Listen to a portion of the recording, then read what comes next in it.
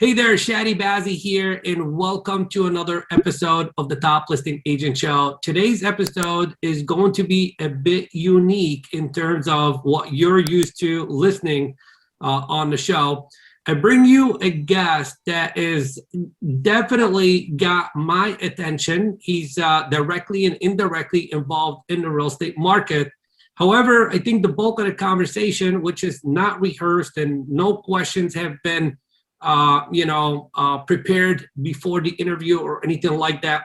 I heard his story, and I think it's a story that I want every single person to listen to, because if you actually pay attention to what it is that I'm going to extract from him, it's definitely a conversation that will cause transformation. And transformation is what this entire episode is going to be all about. So grab a pen, grab a paper, and if you're listening to this on the go, you definitely want to listen to it again a little bit later on. With that said, I welcome our guest, Issa. So I'm not going to try to pronounce your last name, Issa. So welcome to the show, brother. Chadi, thank you so much. It's an honor to be with you and speak to your audience and really be part of this transformation episode that you're putting together. I have no idea what's coming, but I have a sense that it's going to be good, because I also looked into you and I'm very impressed with what you're doing and the lives that you're impacting and transforming in your work as a coach. So congratulations on that. I'm honored to be with you, and to be among like-minded people is so magical. It's beautiful.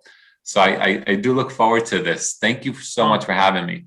I appreciate you. And you are the author of a book called Go Back to Your Country. Some people may have heard your name before. Some people may be new to you right now. So why don't you tell us, who you are, where you come from, and, how awesome you are.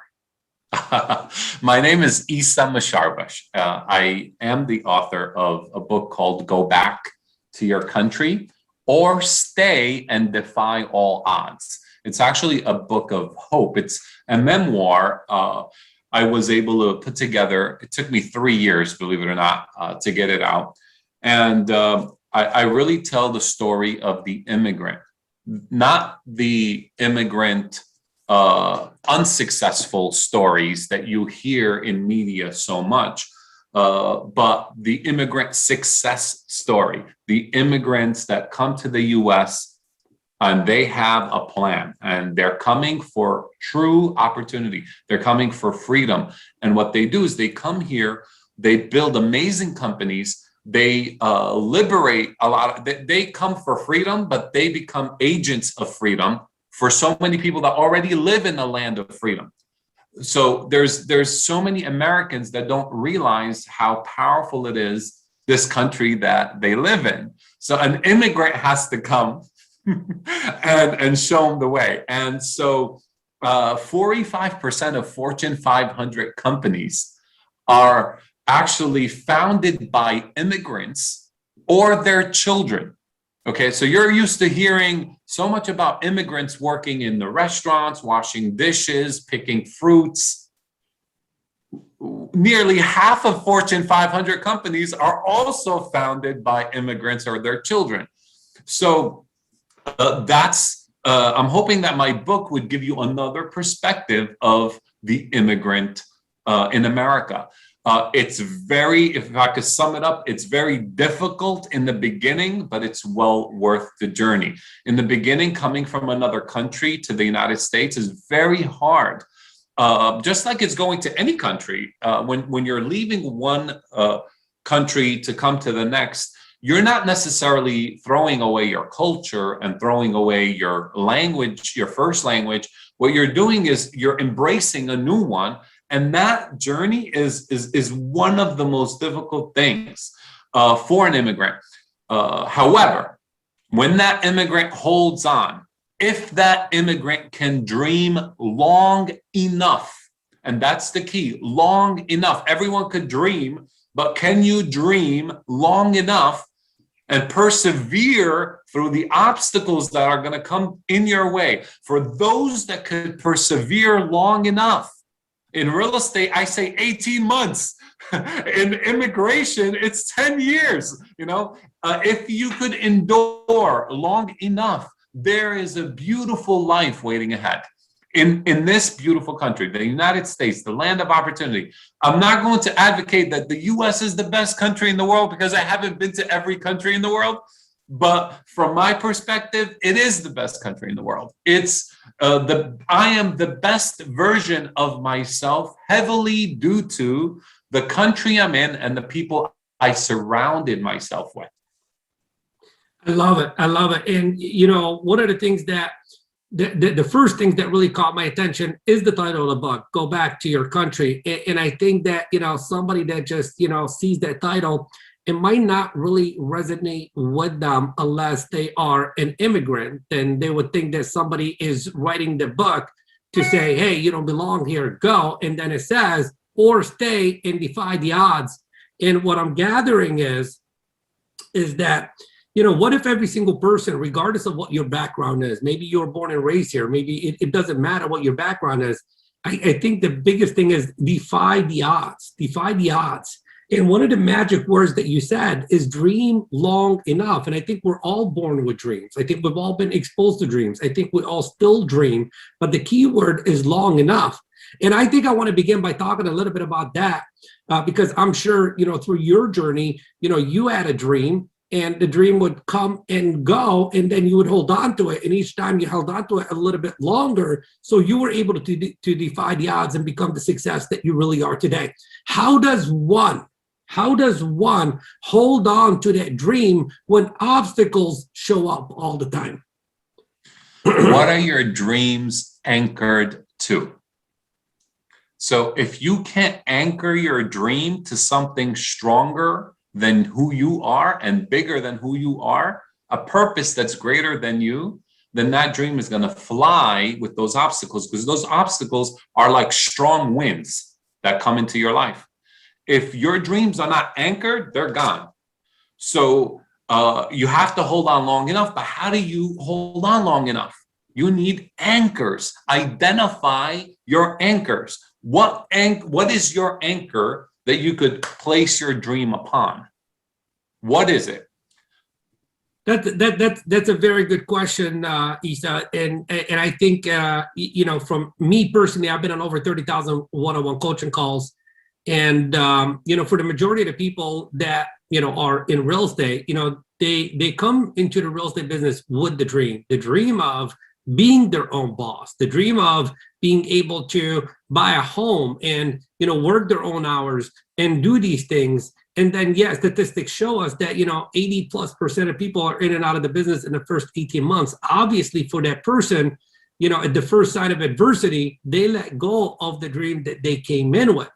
And here you are saying, we got to anchor the dream. Okay. So I think I want to just segment one way on this anchoring.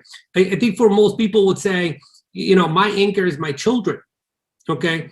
And I don't buy into that. I promise you, I don't buy into that, because there's a lot of people that say, I'm doing this for my children, yet they don't do enough. Like, okay, so it's time to pick up the phone and prospect, and they have a hard time doing it. And I'm like, but you said you're doing this for your children. So how does one really identify the true anchor, not their imaginary anchor, et cetera? Do you have a formula for that? You got anything to say about that? Yes, I do. I'm glad you asked. And this is so unscripted. It's unbelievable, but I'm so happy you're asking all these questions, because I'm doing this for my children is one of the most artificial reasons that you think about. I'm doing this for the money, but really the next reason you would say, well, what is the money for? Why am I doing this? Well, I want to give my children a better life. So if you notice, it's a second level purpose, right? I'm doing this for my children is like because the first purpose is you're doing it for the dollars. You're doing it to make an income. But when you ask the question why, it digs you deeper one level. The problem is we don't dig beyond the first level. We get to the children. Well, I'm doing this for my parents. I'm doing this for my children. I'm doing this for XYZ, right? How do you go from I'm doing this for my children to something even more meaningful? And that's exactly what I was trying to get to. So basically, we need to peel the onion and we need to go deeper than that. We need to go deeper. So then you ask this question: why should I do this for my children? Why should I do this for my children? And then if it's an agent listening to this and they're saying, well, I'm doing this for my children because I want them to have a better life than the one I had. You see, now we're getting a little bit deeper. Well, why is it important that your children have a better life than the one that you had? Oh, because when I was young, my dad used to say I'm useless and I'm terrible. And I want to prove to the world, that I'm not. And I want them to be able to be what my dad used to call me. I want to make sure that they're not what my dad used to call me. Then you're digging deeper, and then you start to ask, well, why is it so important to please your dad? Why is that so important? And you start, that's how you peel the onion with a why question. You got to take that why and really examine, ask why about every answer. Why? And then you're going to have a breakthrough. I'm not sure if it's going to be in breakthrough number 5 or why number 5, question number 5, the breakthrough is going to come, or it's going to be number 7. A lot of people are saying, well, number 7 is that magic number. After 7 layers, you're going to find the gold, your true purpose, your true reason to picking up the phone and prospecting and working and making the money. And maybe it's number 7. I believe that you got to ask why until you experience a personal breakthrough, that you realize that is my purpose. This is why I get up every morning. This is why I'm striving to do better. And you just got to go through that process. And sometimes it's painful. It requires memories that are painful, going through things that have been said to you that have shaped you in your upbringing that you may not want to talk about, but you got to go through it to discover your purpose. I love this. Like, we're like 10 minutes into this and we are already peeling the onion for you. And yes, it doesn't matter if it's 5 whys, 7 whys, or 9 whys, or 11 whys. If you are in a place in your life right now where you're asking yourself the question, why ain't I motivated? Why one day I feel good and one day I don't? What is my purpose? How come I don't feel the passion? It simply means you haven't dug deep enough. So you could pause the video, the audio right here, right now, and don't let this be an exercise that you put off till later. Let this be an exercise that you actually tackle immediately. And I can't wait for you to share with myself and Issa the breakthrough you had just from this simple exercise number 1. That is so freaking damn awesome, Issa. There's going to be a lot of people that are definitely going to have that breakthrough and they're going to share that breakthrough with us. And here's what I know. What I know is that, a lot of times, breakthroughs are also going to be followed by breakdowns.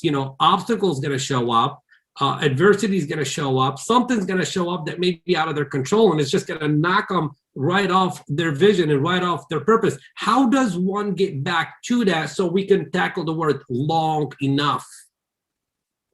Yeah, so it's going back. Once you experience your breakthrough, your discovery, now you write it down, and that is yours. When you're knocked down, you go back to why. You go back to your why. You go back to why you're doing it. It will elevate your perspective again, because when you're knocked down, you're not physically knocked down. Your perspective is knocked down. Your perspective is knocked down.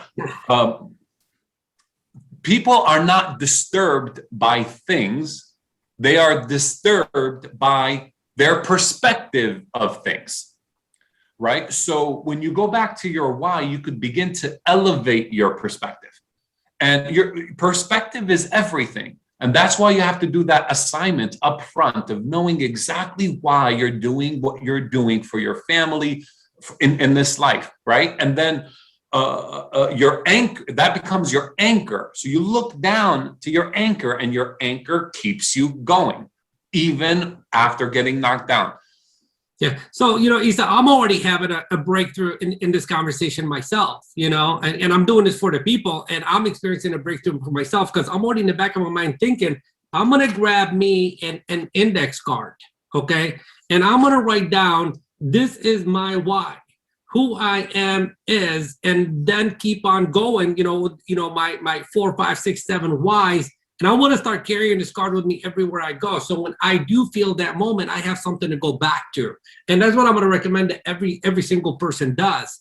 So yeah, you will get knocked down, you will face adversity, etc., whatever. But if your why is close to you and you can go back to it in that moment, it would automatically put things in the right perspective for you to continue to pursue your dreams and all that good stuff. Issa, one of the things that we talked about like, we began, and I want people to really pay attention, even more than they're already paying attention to this interview.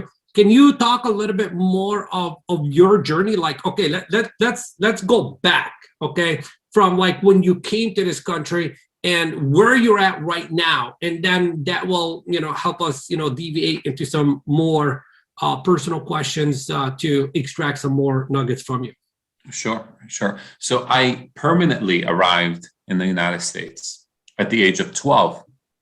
I say permanently because I've been to the United States before.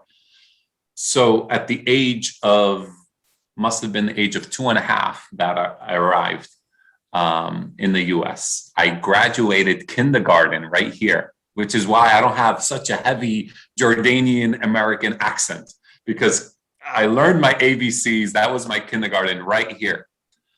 My parents' journey to the US didn't work out.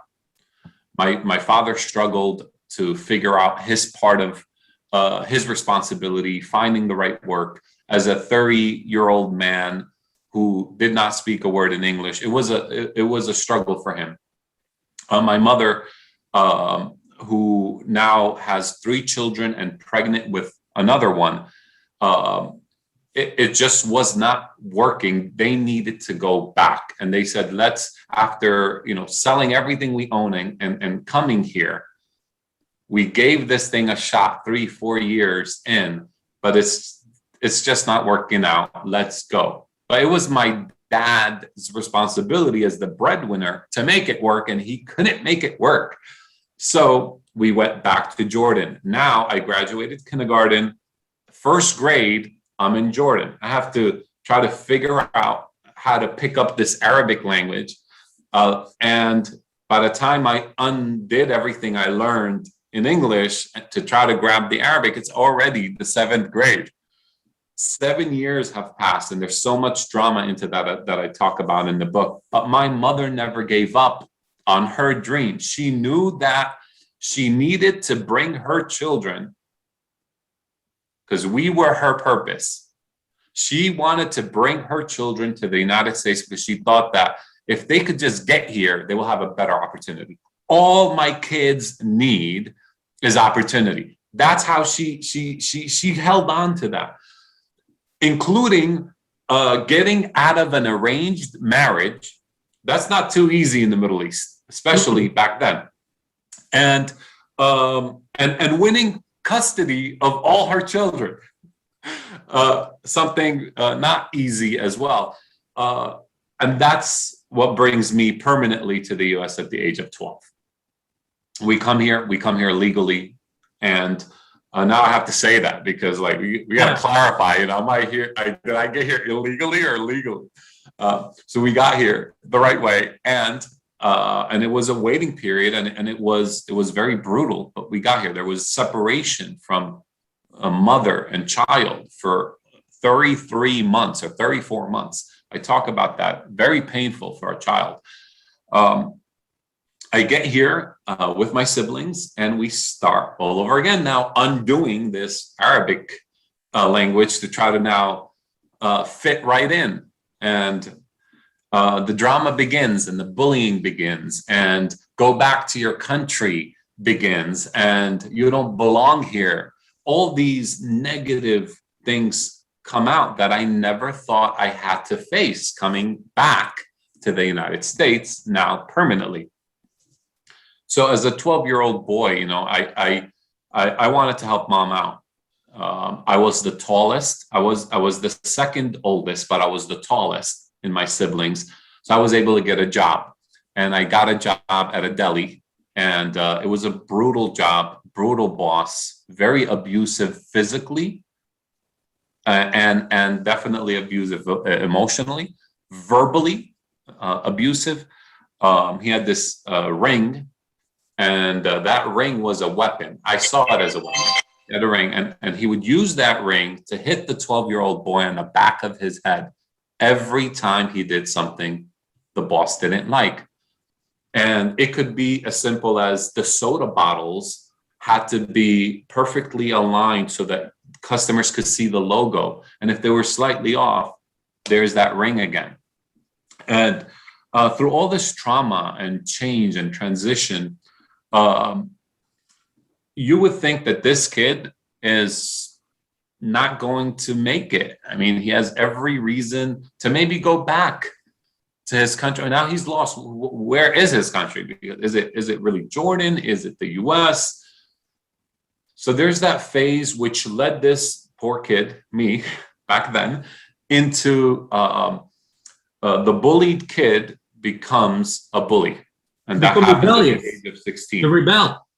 The rebellion stage. But it was 18 months of darkness that I gave my mom. For 18 months, every night, she would be waiting for me to get home. So she would be praying, crying, praying, and crying. God save this boy, like help. There's nothing I can do. He's reckless. And 18 months lasted, and she held on long enough to her hope, to her belief. She stayed on her knees every night, shouting out a prayer, throwing it out. God save this kid, you know, figure him out. And that's at the age of 17 and a half, I had my breakthrough at that age. That's when I found purpose. That's when I found meaning. My transformation came through my faith. Now, my parents, I couldn't get the faith from them. They couldn't transmit it to me. They modeled it for me, but I couldn't really grasp it. My mother is an Armenian, comes from an Armenian family that settled in Jordan. Her parents immigrated to Jordan from Armenia during the Armenian genocide about 106 years ago. They settled in South Jordan in Aqaba. And my father's side is from Amman. So he's Protestant, she's Catholic, and we're kind of like, you know, trying to figure out who we are. She was the faithful one. She was the one really in touch with her faith. But none of that transmitted. She would take us to church, but none of it worked for me. It did not do any transformation for me. I think transformation, no one could pass that to you. Your parents can't force a religion on you. If you want to call that religion transformation, like the transformation aspect of a religion or a book or an idea or a coach or a system or a way of thinking, it's really a personal thing that you have to experience. No one could force it on you, right? So my parents couldn't give me that, but they believed that it could happen, especially my mother. And that's where everything changed for me. At 17 and a half, I was in gangs. I was just a kid that's supposed to be dead or arrested within any moment. And it took teenage girls that came into Dunkin' Donuts. At the time, I had left that sandwich shop. I turned 16. I was able to get a regular job, moved to Dunkin' Donuts. And I see these young girls, very pretty, that would come every Friday night to get ice cream. And I would ask them, what are you doing here? And they would say that they have a youth group that they're going to, and they would come in right before the youth group and get ice cream. So they asked me, why don't you join us one day? And that's when I called up my friends and I said, look, there's some pretty girls. Let's go to church. It's a Friday night. And if we get kicked out, like I got kicked out in the past from church, we have a perfect reason to start a fight. And I went in there for the girls and for some trouble with my gangbanger friends. And I walked out saying, whoa, this is not the experience I'm used to. Instead of rejection, I experienced acceptance. And I've been searching for acceptance for such a long time. That's why I went to a gang. That's why I wanted to find a place that could embrace me. And it happened to be through this church, this small church. I went there for the girls, and and the people there leading, and they're just like so happy to see me, telling me how they were, praying for me of all this time. They don't even know me. I could be robbing the church right now, taking the offering basket with me. And to me, that was my moment, is that somebody does accept me. Someone sees something in me that I couldn't see for myself. And I turned my life around within a matter of weeks. I changed the way I do my hair. I had longer hair than the one I had in the book. And it would be braided, and my clothes were just completely like, I wanted to look as gangster, as hard as possible. I wanted to be the guy that you have to cross the street when you see me coming. All of that changed within 6 months, and but I couldn't move beyond that change. I couldn't move anymore. I was stuck for a moment until I heard a proverb that says that bad company destroys good character. That was the aha moment for me that took me a step further, because that's when I looked at all my friends and I said, you know what I learned today? That bad company destroys good character. I have been changing my life on the outside, on the inside, but nothing else is happening. I keep coming back to some of the same activities. So once I cleaned up my company and I was able to preserve this character and started to form better character, gifts and you're Chadi, and interrupt me anytime you want, but I know you're really big on sharpening skills when you're coaching. But I tell people all the time that, before you sharpen your skills, you need to sharpen your character. Your character is more important, because your character will take you, or your skills, I should say, your prospecting skills will take you as far as your character can sustain you. So there's got to be time to work on character. And the earlier in life, the better. It's not too late. You could be 70 years old listening to this. You could work on character, being patient, being loving, being caring, being kind, being a good listener, being gentle, character. But you got to have skills. Your skills will bring in the money. They will bring in the income, but only how long how long does it go? How long can you go? Your character development will sustain your success, sustain it. So the more you develop character, the greater you could sustain where your talents are going to take you. Wow. So I'm going to wrap this up back to the story. I went on a journey from 17, and now I'm 35, turning 36, of nonstop character development. Nonstop. Never turned back from that time.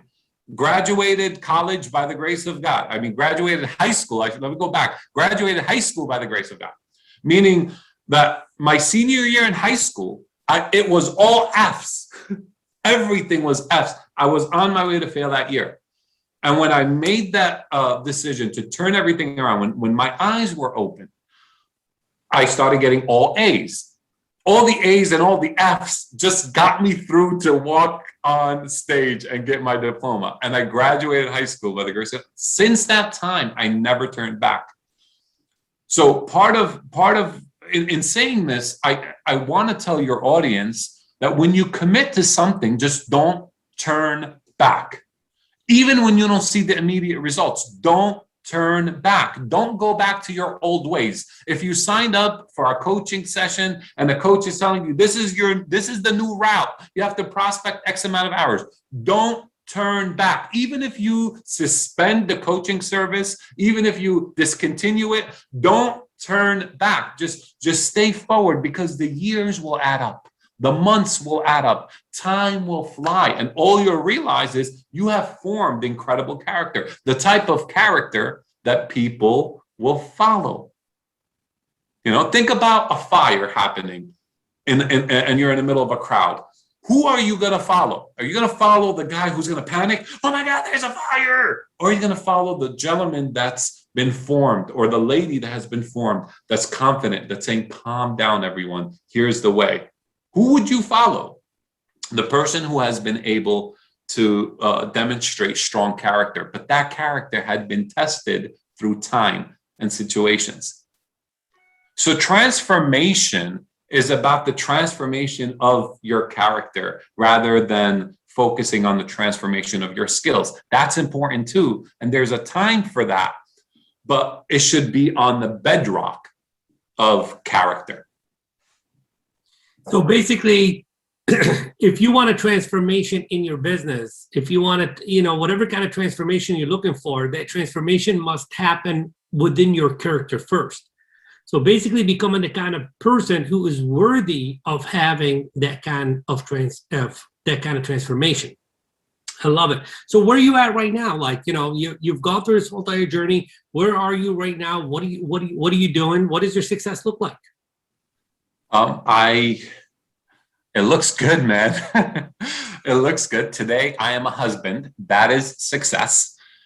Where I came from, it's a big deal. It may not sound like a big deal to some of your listeners. Oh, you're a husband? That's a success. Yeah, I'm a husband. I love my wife and she loves me. And we're about to celebrate 12 years of marriage at the end of this month.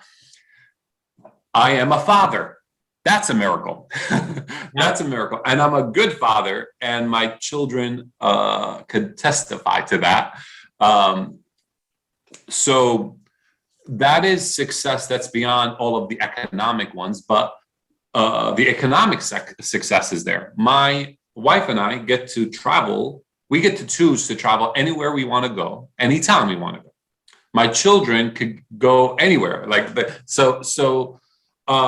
And I try to do that for them without, which is part of why I wrote this book. I don't want my children to get so spoiled in the luxuries of life today and forget that there was a struggle that dad had to go through, that mom had to go through.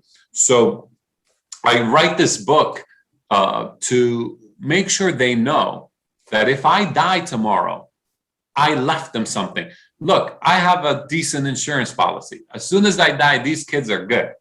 But if they don't have this, if they don't have something that could anchor them, it's going to go to waste. And that's my biggest worry. So I wrote this book for them, for my 3 children. As I started writing it, it turned out to be something relatable to other people. So when we did focus groups, we realized that this is more than a story you're writing for your kids. This is something that is really touching the nerve of a national brewing issue of immigration. But immigration is just the surface of it. It's the human experience.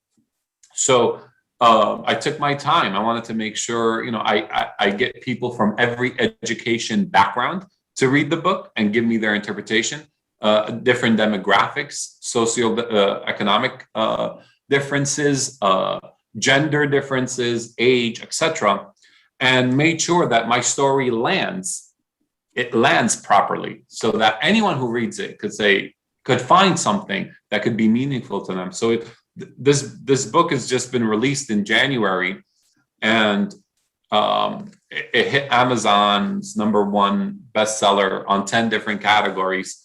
And we're still pushing for it. I mean, this is not, to me, it's just getting this story out to as many people that want hope.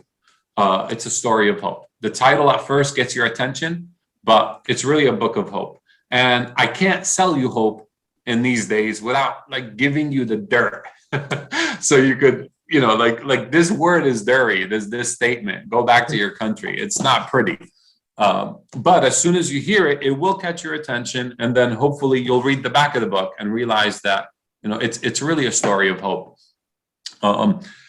I own and operate with my family a real estate agency in New Jersey. By the grace of God, 7 years into finding this into the founding of the company, I brought in my older brother, who's been there with me the entire time, and I said, "It's your turn." You know, my partners, I said, "It's your turn to lead." And to lead at the highest level. So they started to lead and I started to coach. So I would coach the leaders and they would coach the agents, and they would deal with the day-to-day. And it gave me the space to get my book out. I have a real estate licensing school because I love education so much. I figured let's educate the agent up front before they come to us damaged. Let's give them education up front and get them licensed. That was a fun journey. During the pandemic, we registered like over 321 students in the last 12 months because we went online by force. This class is designed for in-person, but the state enabled us to go online temporarily, and it just exploded. And I do real estate development. I could do that now because when I was the broker, owner, operator, with some partners that are active in some parts of the business, but not taking the major leadership roles, I couldn't go out and buy a property as much as I wanted to, or look at deals, look at commercial deals. Now I could do that because my brother's the CEO. He, you know, I have ownership interest in the company, but he runs it. My younger brother, Hannah, he works with Jacob on recruiting. Maybe you guys should connect, by the way. You may have some tips for them. My other partner, Giselle, who runs our financials. We own a media company with my good partner, Duda Penteado, and we do documentaries. I sit in the back. They do all the work. And I get to advise and coach. And I couldn't have done that without empowering other people, trusting other people to take lead. You don't have to be the face of everything forever. At some point, you got to start to bring the next generation and watch them, let them make mistakes, give them room, coach them, work with them. I'm in real estate finance. I started working for Bank of America before getting my real estate license. And right through college, had a successful 5 years there before I went and got my real estate license. And then 2 years ago, when my older brother, my younger brother, and my partners really started to get more active in leadership, it enabled me to go back into finance. And right now I'm setting up finance and broker operations throughout the country. So for anyone that wants to be in that world, Chadi, feel free to connect me to them. I would love to know. I would love to meet professionals that are like-minded, that want to set up that type of world for them, a better operating system, better technology, etc. But we could define success, Chadi, in so many ways, and so much intangibles, and how many deals we close, and you know where we go on where we travel, how much money we save, and how much we could invest. We could define it in so many ways, but I'd like to define success as living a meaningful life. So I stand here before you as someone who lives a life with a lot of meaning. That's That's my success. Some people will grab on to the fact that, we have success in real estate and finance, or in film or in the book, but really success is living a meaningful life, having the means to do everything that's meaningful to you. That's really the core of it. Yeah, and I think that's a very good question that, I'm going to say to all our audience, what does living a meaningful life look like for me? And I think that is a very good question for people to dive into and really answer, because a lot of people really have no clue. And I think they need to create that connection in order for them to be able to achieve the ultimate, success of living a meaningful life. Issa, let's give some tangibles right here.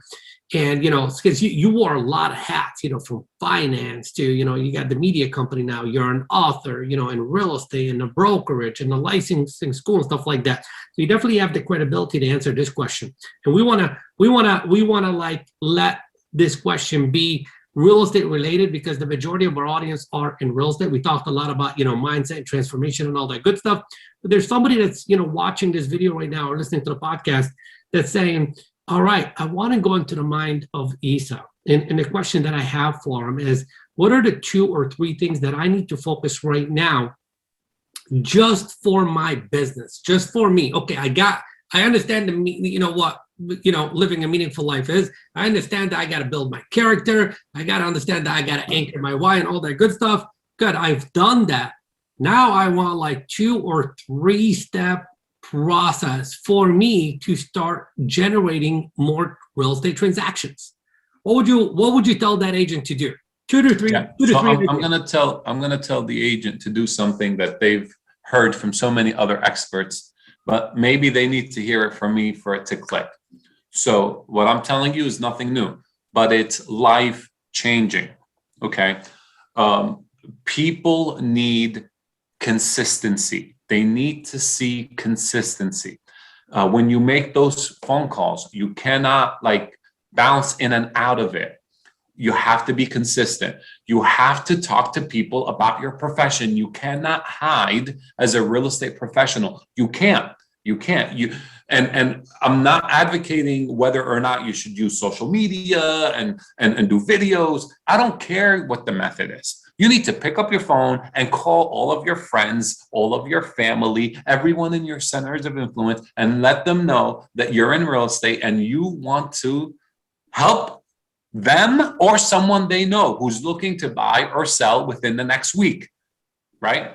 And just go and just make a habit out of it. If you're recruiting in real estate, you need to just make these phone calls. I don't care how much success you had the night before. You got to get up and do it again and do it again. Consistency.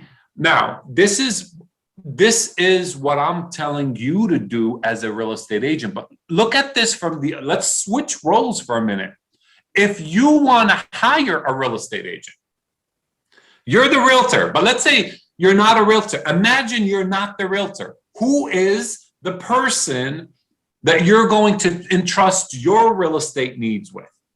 Who would it look? How would they look like? You want that person to constantly be in real estate. They're not in real estate one day, then they're selling shampoo the next day, then they're selling jewelry the next day, then they're joining another club, some pyramid scheme, and they're constantly like bouncing back. Oh, by the way, I forgot, I am an agent, so I could help you with your real estate. You wouldn't give that person the listing, right?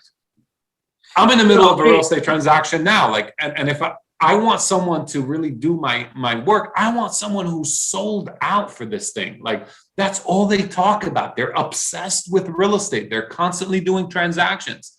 Not that I'm knocking anyone who's new. No, I would give a hungry new agent a listing, but I want to see that in the time that they started, that all they're doing is prospecting. All they're doing is speaking to people. If they're on social media heavy, they should be talking real estate, doing seminars, being the expert in their space.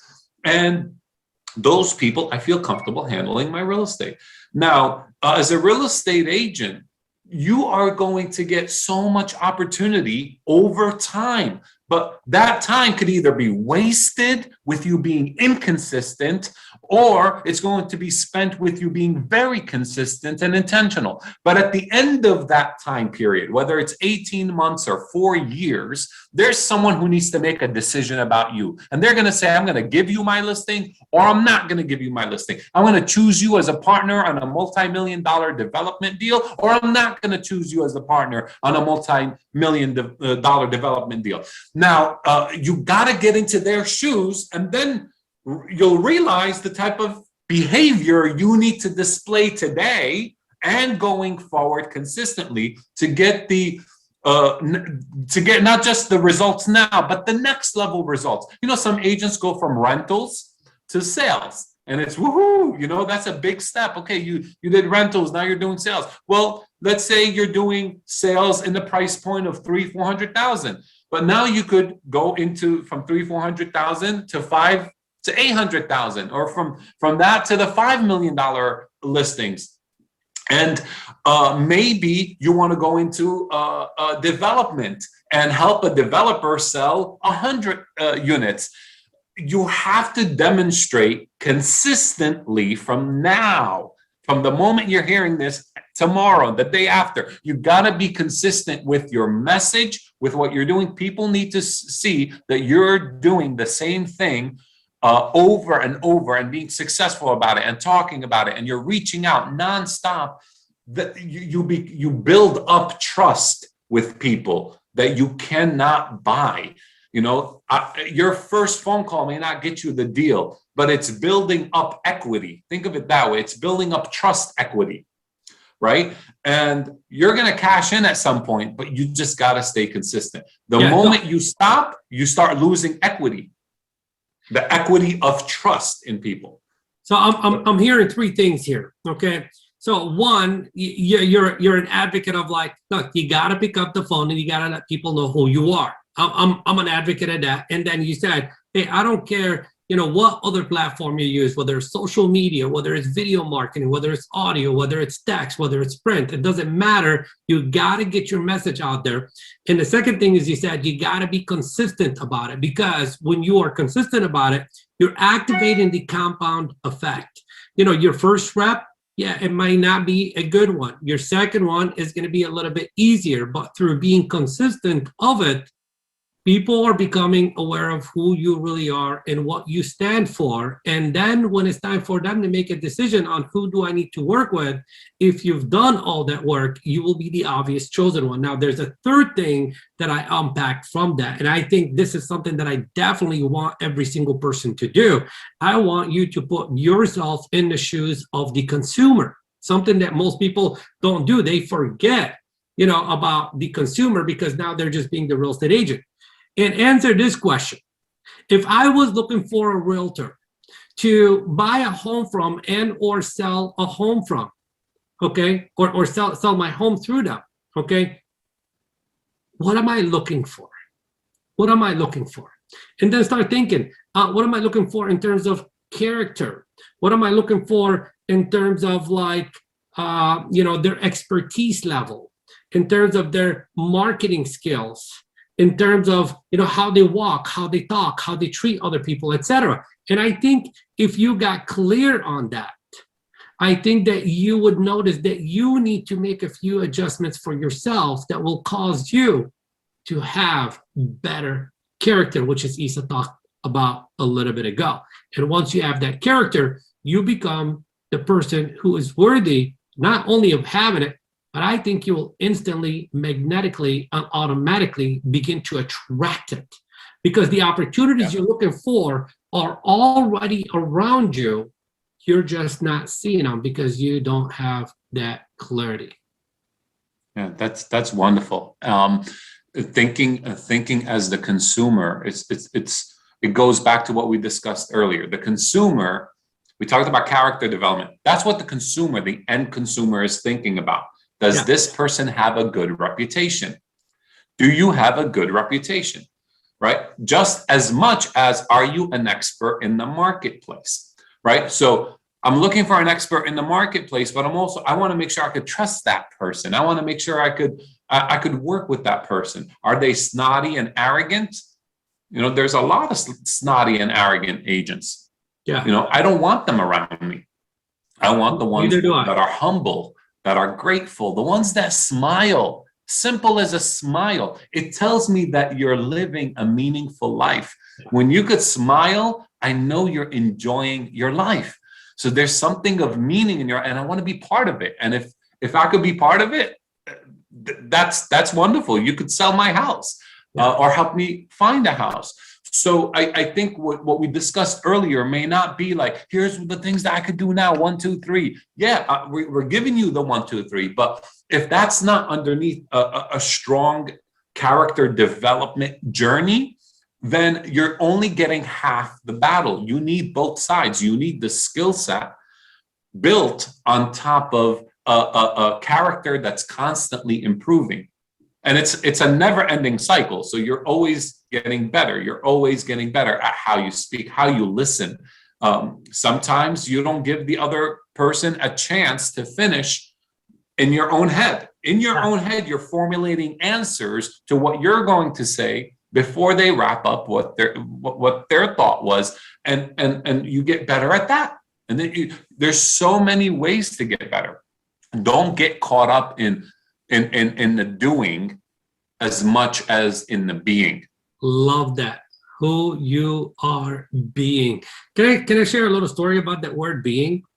Sure. I had the opportunity, and I think this was probably, in 2005, I had an opportunity to spend 90 days with a gentleman that took a brand new company from $0 to $10 million in 12 months.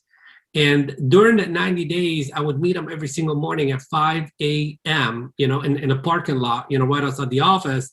And he would go out and do presentations from office to office to office all over Southern California.